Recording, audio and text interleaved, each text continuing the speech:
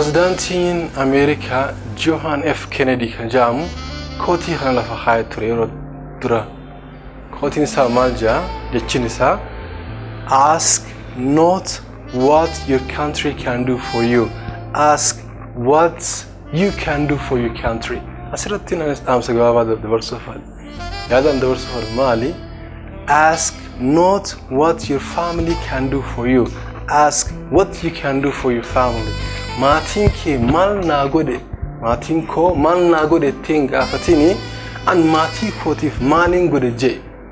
Biyyi tiyye maal naaf goote osoo hin taane an biyya tiyyaaf maaliin godhe gaafadhu.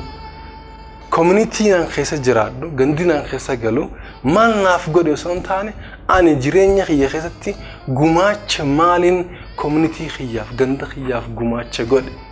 Yeroo guddaan keenya gaafii gaafan biyyi tiyye maal naaf goote, maatii kiyya maal naaf godhe, gandi kiyya maal naaf godhe, maaliif nan isaaniif yaaddawa. Akkas jechuu hin qabnu. Yeroon jijjiiramtee jirti amma. Yeroon amma gaafiin garagalchuu qabnu. Ani maaliin hojjedhe? Hogguu addunyaa kana jiraattu an maaliin hojjedhee dabraa qofa gaafadhu.